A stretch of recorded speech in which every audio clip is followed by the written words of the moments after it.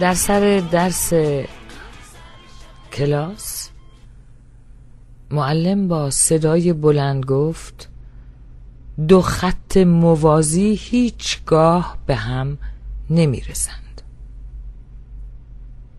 پسرک کوچولو در کلاس اندیشید: این دو خط گویی موازی زاییده شدند. پسرک اونها رو روی کاغذ کشید، دو خط موازی را. آن وقت دو خط موازی چشمانشان به هم افتاد و در همان یک نگاه قلبشان تپید و مهر یکدیگر را در سینه جای دادند. خط اولی نگاه پرمعنا به خط دوم انداخت و گفت: ما می توانیم زندگی خوبی داشته باشیم. خط دومی از هیجان لرزید.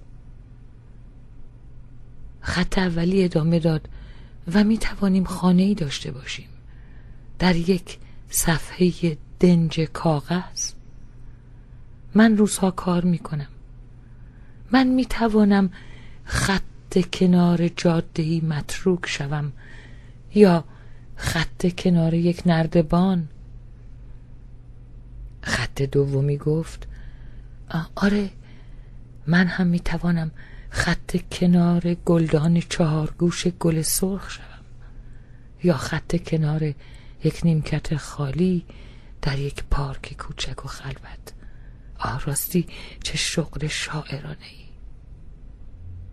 در همین لحظه معلم فریاد زد: دو خط موازی هیچ وقت به هم نمی رسند. و بچه ها تکرار کردند و پسرک اندیشید: چرا این گونه است؟ در ضمن همون موقع یه بچه از سر کلاس بلند میشه میگه: نخواهم معلم، خطهای موازی در بی‌نهایت به هم میرسن. بالاخره یکی از خطها سرشو خم میکنه میذاره روش یه خط دیگری.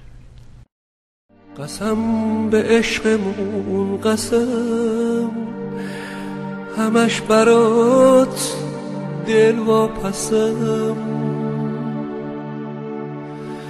قرار نبود اینجوری شه، یهو بشی همه کسم. راستی چی شد، چجوری شد، اینجوری عاشقت شدم. شاید میگم تقصیر توست تا کم شد از جرم خودم.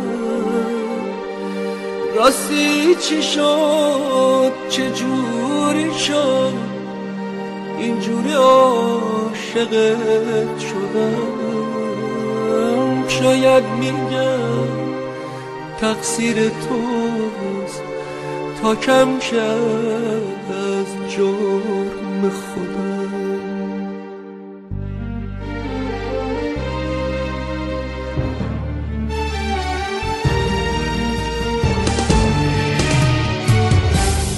به ملاقات آمدم، ببین که دل سپرده داری. چگونه عمری از احساس عشق شدی فراری.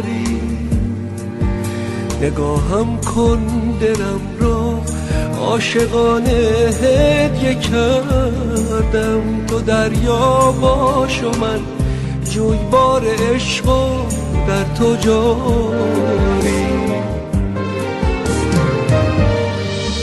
من از پروانه بودن ها، من از دیوانه بودن ها، من از بازی یک شعله سوزنده که آتش زده بر دامان پروانه نمی‌ترسم.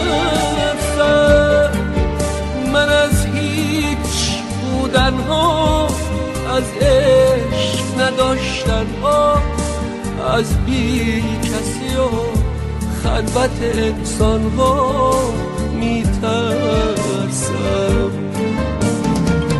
راستی چی شد چجوری شد اینجوری عاشقت شدم؟ شاید میگم تقصیر توست تا کم شد از جرم خودم.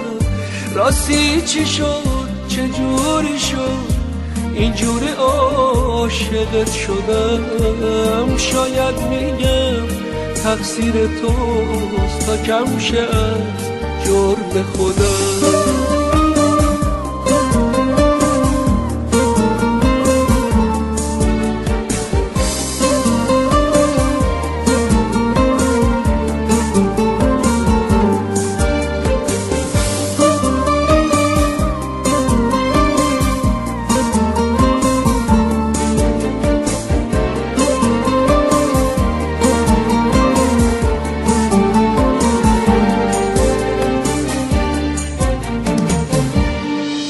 من از عمق رفاقت ها، من از لطف صداقت ها، من از بازی نور در سینه بی قلب ظلمت ها نمی‌ترسم. من از حرف جدایی ها، مرگ آشنایی ها، من از میلاد تلخ بی وفایی ها میترسم.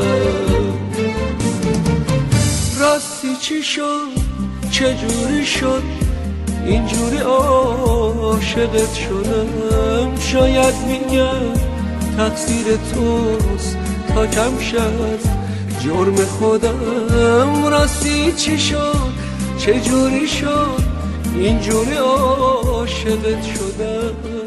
شاید میگم